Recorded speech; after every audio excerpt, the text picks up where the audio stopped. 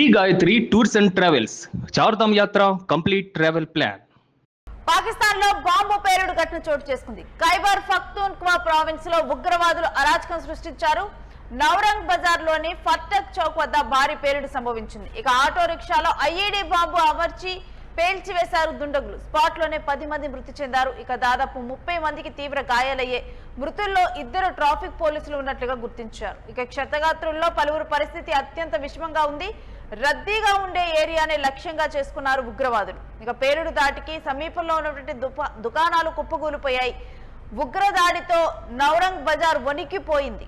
ఇక ఈ ఘటన మీద విచారణ జరుపుతున్నారు పాక్ పోలీసులు. ఇక గత కొంతకాలంగా చూస్తే కనుక పాకిస్తాన్ లో ఉగ్రవాదులకు చోటు లేదా అనే విధంగా కూడా ఉగ్రవాదులను టార్గెట్ గా చేసుకొని దాడులు అయితే జరుగుతున్నాయి. మరి ఇది చేస్తుంది పాక్ పోలీసులా, ఎవరు దాడి చేస్తున్నారు అనేది క్లారిటీ అయితే రావట్లేదు. కానీ బట్ అక్కడ ఉన్నటువంటి ఉగ్రవాదుల మీద అయితే దాడులు జరుగుతున్నాయి. ఇక ఇప్పుడు ఉగ్రవాదులు అక్కడ ఉన్నటువంటి ఒక ఔరంగ్ బజార్ ని టార్గెట్ గా చేసుకొని ఒక ఐఈడీ బాంబును అమర్చి ఆ ప్రాంతాన్ని పేల్చేశారు. రద్దీగా ఉండే ప్రాంతంలో, జనాలు తిరిగేటువంటి ప్రాంతంలో లక్ష్యంగా చేసుకోవడం జరిగింది. దీనికి సంబంధించినటువంటి విజువల్స్ ను మనం స్క్రీన్ మీద చూస్తూ ఉన్నాం. ఆ ప్రాంతం ఏ విధంగా మారింది బాంబు దాడి తర్వాత అనేది సహాయక చర్యలు చేపడుతూ ఉన్నారు అక్కడ పోలీసులు.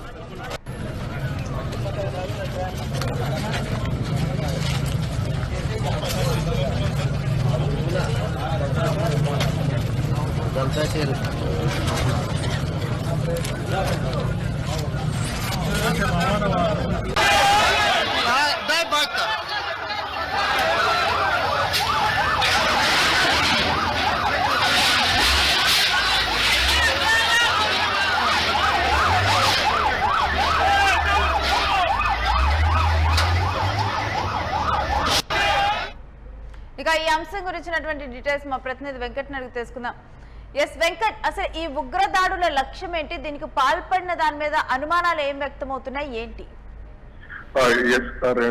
గత కొన్ని రోజులుగా కూడా పాకిస్తాన్ లో ఈ ఉగ్రవాద తెహ్రీక్ తాలిబాన్ ఈ ఉగ్రవాద కార్యకలాపాలు ఏవైతే ఉన్నాయో ఇవన్నీ కూడా కొంత పెరిగాయి అనేటువంటి వ్యాఖ్యలు అయితే వినపడుతున్నాయి.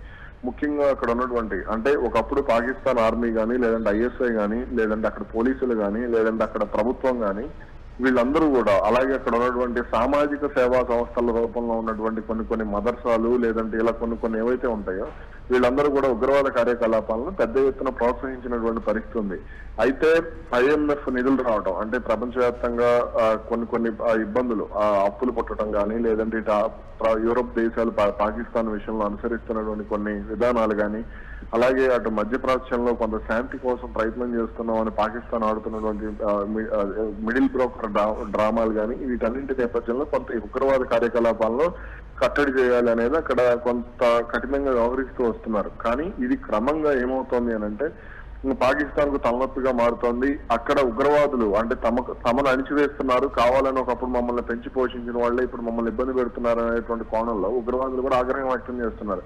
ఈ నేపథ్యంలోనే తమ ప్రధాన స్థావరాలను కూడా పాకిస్తాన్ నుంచి తమకు అనుకూలంగా ఉండేటువంటి ఆఫ్ఘనిస్తాన్ ఎడారి ప్రాంతాల్లో కూడా, కొండ ప్రాంతాల్లో కూడా తరలించినటువంటి పరిస్థితి ఉంది. అయితే ఈ నెల మే 9న నిర్వహించినటువంటి ఒక ఉగ్రదాడిలో 21 మంది భద్రతా సిబ్బందిని చంపడం జరిగింది. ఇక తాజాగా జరిగినటువంటి దాడిలో కూడా దాదాపు 11-12 మంది ప్రాణాలు కోల్పోయినటువంటి పరిస్థితి ఉంది. మొన్న జరిగినటువంటి దాడి తరహాలోనే దానికి కొనసాగింపుగానే ఈ దాడి జరిగినట్టుగా కూడా చెబుతున్నారు. మరిన్ని ఉగ్రదాడులు కూడా పాకిస్తాన్ లో జరిగేటువంటి అవకాశాలు ఉండొచ్చు అనేటువంటిది అక్కడ నిఘా వర్గాలు కూడా హెచ్చరికలు చేస్తున్నటువంటి పరిస్థితి ఉంది. అయితే దీని వెనక ఎవరున్నారు ఏంటనే కోణంలో అటు పాకిస్తాన్ ఆర్మీతో పాటుగా ISI కూడా రంగంలోకి దిగింది. అలాగే స్థానిక పోలీసులు కానీ, లేదంటే భద్రతా సంస్థలు కానీ వీళ్ళందరూ కూడా రంగంలోకి దిగి విచారణ చేస్తున్నారనేది మనకు అందుతున్నటువంటి సమాచారం. అయితే ఇక్కడ కీలకమైనటువంటి అంశం ఏంటి అని అంటే ఇక్కడ ఆఫ్ఘనిస్తాన్ తాలిబాన్ ప్రభుత్వం దీనికి అనుకూలంగా వ్యవహరిస్తోంది, పాకిస్తాన్ లో ఉగ్రవాద దాడులను ప్రోత్సహిస్తోంది అనేది పాకిస్తాన్ అనుమానిస్తోంది. ఎందుకంటే ఇటీవల కాలంలో ఆఫ్ఘనిస్తాన్ సరిహద్దు ప్రాంతాల్లో మిలిటరీ పోస్టులపై దాడులకు దిగినటువంటి పరిస్థితి ఉంది పాకిస్తాన్ బలగాలు. కాబట్టి ఇప్పుడు దీనికి సంబంధించి కొంత అక్కడ ఉగ్రవాదులను తాలిబాన్లు కూడా ప్రోత్సహిస్తున్నారనేటువంటి మాట కూడా వినపడుతున్నటువంటి పరిస్థితి. మరి దీంట్లో మృతుల సంఖ్య కానీ గాయపడిన వారి సంఖ్య గురించినటువంటి వివరాలు ఏంటి వెంకట్? అయితే అంతర్జాతీయ మీడియాలో మాత్రం 18 మంది వరకు మరణించారనేది మనకు అందుతున్నటువంటి సమాచారం.